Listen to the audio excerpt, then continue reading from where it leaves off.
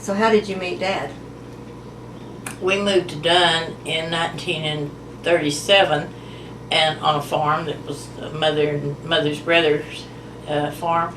He worked for the oil company, and they bought this farm so they could retire on it. And that was the first time that we'd ever had electricity in our life. And what brother was that?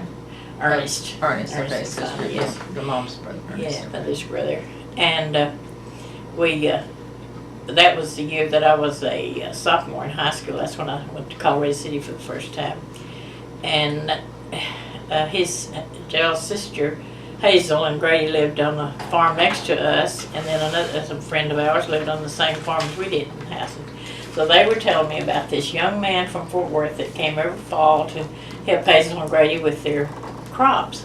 And they were telling me how good looking he was and all this. And so he came out, and there, and the girl up on the hill, Margie, which was just about a quarter mile from our house, gave a party, and he was going to be there.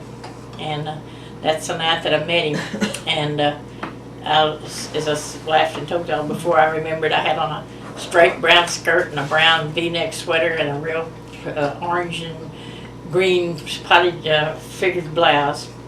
And I don't know why, I guess they'd been telling him about me. Anyway, before the night was over, he asked me to walk me home. So he walked me home down the fence road, a quarter of a mile to the house, and that was our first time. How old were you there, please? I was 16 then.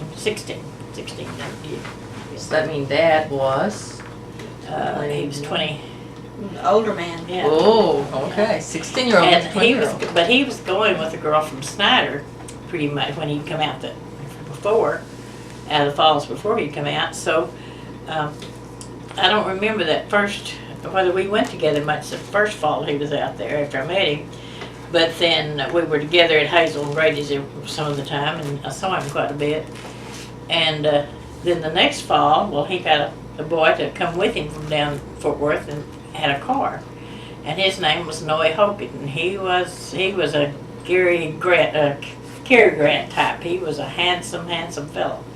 And so he went with me, and J L went with Virginia, and we dated during the time they was out there.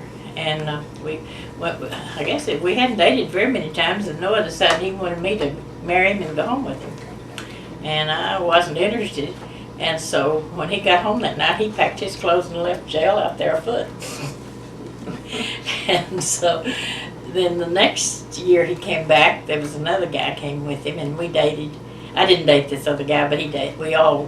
Then people didn't just single date, we all went in groups most all the time.